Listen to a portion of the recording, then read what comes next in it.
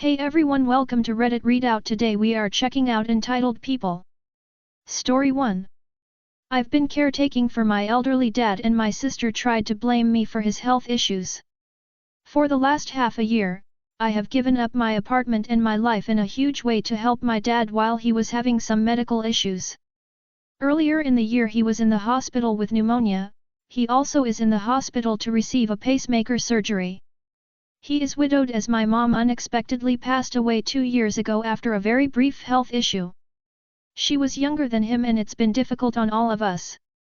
I, 31, have tried to help alleviate a lot of the burden by basically deciding to temporarily move in with him even though in the past he has had narcissism issues and been emotionally abusive at times. I knew the situation would be temporary and I figured it would be the best transition to then hiring someone for him. My sister, 33, lives about 20 minutes away and comes over once a week mainly to have brunch. A lot of the times she becomes very controlling and have similar personality traits to him. She tries to tell me what's to do in regards to his care or general house things / tries to correct things that are not issues even though she's around a very minimal amount of the time. This past week, my dad was back in the hospital and got diagnosed with an early stage of congestive heart failure. The doctor seemed optimistic that there's things my dad can do to help alleviate but that it's a minimal stage. One of the big things the doctor said with stress, which my dad tends to get very stressed on his own and it's his personality. Today my sister went to go see my dad in the hospital and wanted to talk to the doctor and then call me after, even though I already had all of the medical information. She then sent me a bunch of messages basically telling me that we need to work on not getting him stressed, and that she knows that he's part of the problem but that I need to play a role in not getting him worked up. She basically was talking down to me as if I'm the reason he gets stressed when in reality, I've been a huge part of his caretaking and helping alleviate that stress. When he and I have had arguments it's been due to him getting really stressed about something not necessary and me reacting to it and defending myself. She's had explosive arguments with him over the years and I find it very hypocritical her talking like this. She made it sounds like she's perfectly good with him and that I really need to work on my emotional reactions to him. I felt very attacked and as if she was trying to blame me for his stress levels, and trying to act as if though he's not the number one issue of his own stress. She was sending me a bunch of messages so I ended up calling her and told her that ultimately he's in control of his own stress and that I've helped alleviate a lot of it by moving in with him. She then told me that this is always what I do and get defensive when I get called out on something.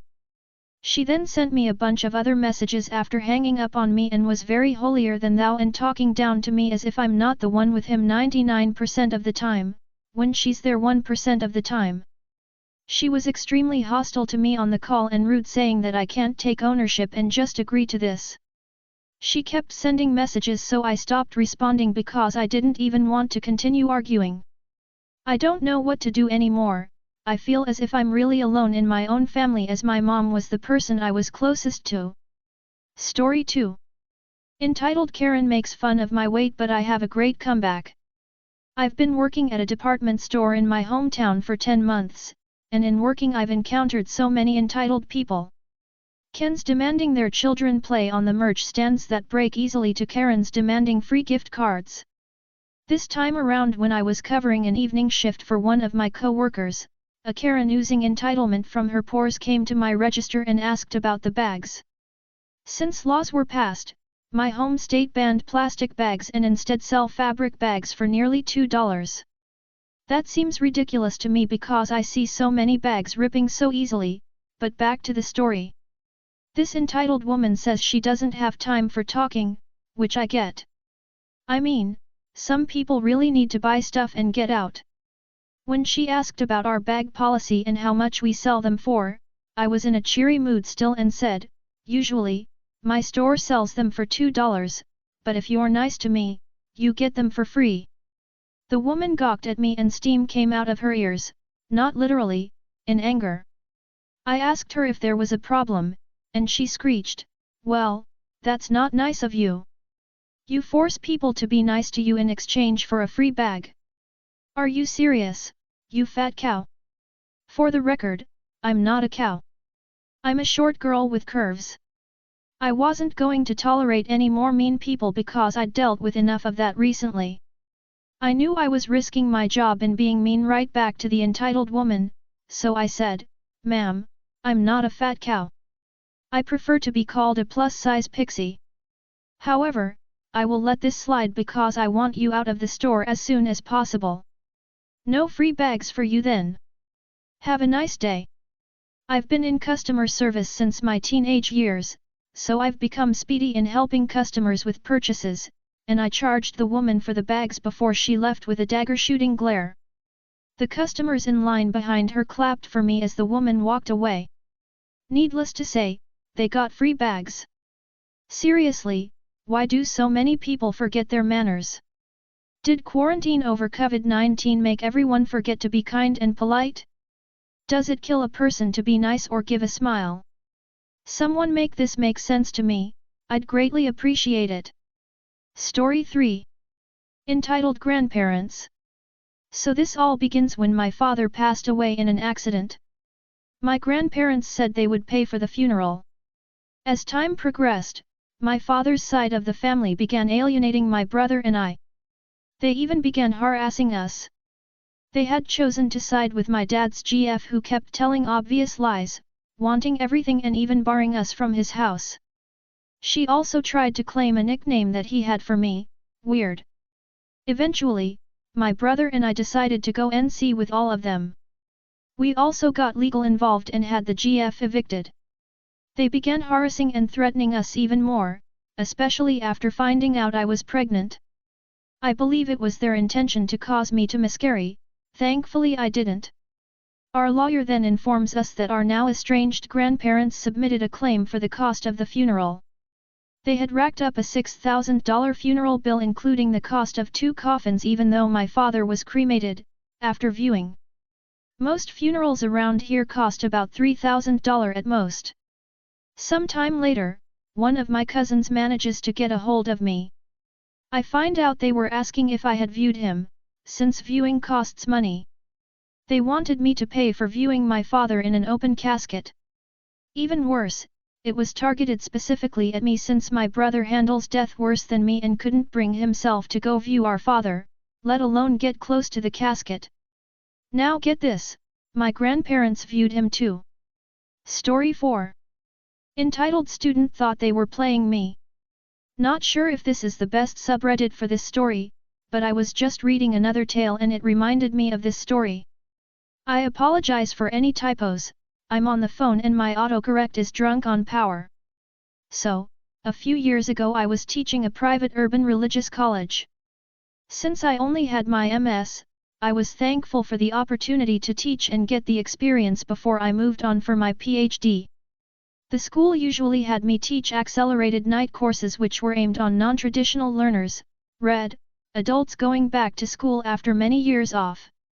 I loved my students and had a blast teaching them. I had some issues with a few here and there, but generally my experiences were really positive. But there was this one couple. Let's call them Hannah and Larry. That semester I had been asked to cover a more traditional course at the last minute. Rather than being accelerated, it met 3 times a week, for an hour, all semester. Furthermore, the last was very small, only about 4 students. Which would have been fine, small classes can be great, and a paycheck was a paycheck, if it hadn't been for Hannah and Larry. You see, this couple had attendance issues to put it mildly. They would show up to a class or 2 and then just vanish for a week or more with no word. Just when I suspected they were gone for good, they'd show up, usually with sole excuse or another, medical issues, car problems, work, etc. At first I tried to be sympathetic. I always have the attitude that life happens, and when it rains it pours sometimes.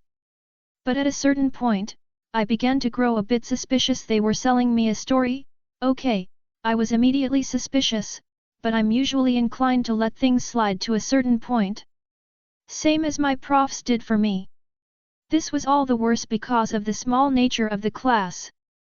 Every time I did prep for a session, assuming all 4 would be present, they'd skip and throw my plans off. But when I just accepted they would be gone, and prepare activities for 2 students, they'd show up. All of this would be frustrating but acceptable if it weren't for 2 things. 1. Whenever they showed up, these 2 would have an attitude about them and just expect everyone to conform to their presence and bend to their will, and 2, they, of course, weren't doing any of the work. And these 2 factors came to a head as Hannah, who was the louder and more confident of the 2 of them, would all but demand extensions, the ability to hand in late work, etc. I'd give them, only for both her and Larry to blow the work off again. I like to be pretty accommodating to my students, within reason, but it quickly became obvious Hannah thought she was playing me and could GRT whatever she wanted. And that couldn't stand. I have some level of pride and hate being seen as pushover. Now, I could have crushed them immediately and just said no more late work. But I was sure Hannah would just throw a fit and go to administration. I knew the admin would back me up, but it was a hassle I really didn't want. I was working on a second MS at this point and working 2 other jobs. I was frothing at the mouth busy at that point and hadn't even planned on teaching THST semester. I only agreed because they needed me. And besides, I'm a pretty easygoing guy, but I do have my limits. I was pissed at this point, but I also have a wicked, to me, sense of humor. Hannah wants to think she has me wrapped around her finger? Okay, let her think that. I was gonna hand her enough rope to hang herself with. So, for the past few weeks, whenever she asked for an extension, I'd smile and say sure. And then chuckle when nothing came in. Every time, I wrote her and Larry emails, reminding them of the new date. Getting things in writing is key, kids. And then we arrived at the final. I hadn't seen the twosome in a few sessions and was actually surprised to see them stumble in to take the test. They failed, of course, but what ya gonna do? Hannah comes up to me in front of the class and asks for another extension. I put my best teacher voice on and said I was disappointed. But fine. Life happens. However, I was posting grades the next weekend, so the absolute last minute I would accept any late was Friday at 11:59 p.m. The second it hit midnight, my books were closed. I asked if they both understood, and they summoned up a bit of solemnness when they assured me that they did. Good. I confirmed it in an email, and then sat back to grade the finals over the week. I mean, there were only 4. It wasn't that much work. I knew there was a risk they'd follow through and I'd end up with a semester's worth of work to grade, but I was feeling pretty confident that that wasn't going to happen at this point. Friday night rolls around, I didn't work my other jobs that day, and my own school work was done. So I decided to buy a few beers and kick back to play some video games and relax. I look down at a certain point and realize that it's midnight. I open my email. Remind everyone THST the books are now closed. If I give an extension, it's open to the whole class. I'm not playing favorites. Not that anyone else needed it. I cracked open another beer, let out my best supervillain laugh and went back to my game. Sunday comes around and I'm posting the final grades for the semester. I usually hate failing students, but I admit I had a smile on my face as I assigned Hannah and Larry their well-deserved FS. 10 minutes after I hit save for the grades, I hear the familiar BA ding of my email going off, followed by another. Now, who could this be? It is, of course, Hannah and Larry. Larry's email can best be summed up as, "Oh my god, didn't you get my email with the work? I sent it on Friday." Hannah said the exact same thing. Now, it's obvious they're thinking they can get another day or 2 to get the work this way. After all, hadn't I been so pliant and naive all semester? Oh, the fools, they've played right into my hands and this is the moment I've been waiting weeks for. I double-checked to make sure I hadn't missed emails from them, just to be safe. I hadn't, and then I typed my response. No, I didn't, and I did just double-check after your last message. That's okay, emails get lost sometime. At this point I like to image Larry smiling while reading this. He'd won again. God, this professor is an idiot. I continued, so, what I'm going to need you to do is go back into the email you sent me with the work. Just take a screenshot which has the timestamp of the email and forward that to me along with the work. That'll prove you sent it on time. I then responded to Hannah's email saying the same thing. What was their response? Did their eyes widen as they realized they'd been held accountable for their actions? Did panic set in? Were there tears? Howls of regret? The gnashing of teeth and rending of hair? Sadly, I'll never know. I never heard from them again. They didn't even bother making another try. And me? Well, I decided to buy some more beer that night to celebrate once again. Occasionally I'll tell my current students the tale, a humorous reminded that 1, yes, I'm accommodating 2, yes, I'm pretty laid back. But 3, I'm not an idiot, and don't try to play me. It usually gets a good laugh, and if some of those laughs sound a wee bit nervous, all the better. That's all for today. Please don't forget to like and subscribe.